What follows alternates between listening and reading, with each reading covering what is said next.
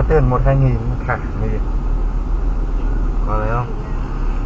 Cháu có mỗi 5 nghìn thôi. Nếu móc được thì...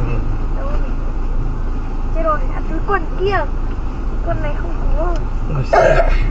Từ đây em lấy cho 1 nghìn, 2 nghìn để bên mi nó thả luôn thử. Này, mi tụt kính nữa.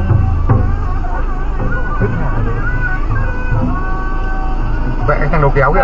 Không mất phanh rồi, thằng đầu kéo phanh rồi. Lùi mạnh vào. Thằng đầu kéo.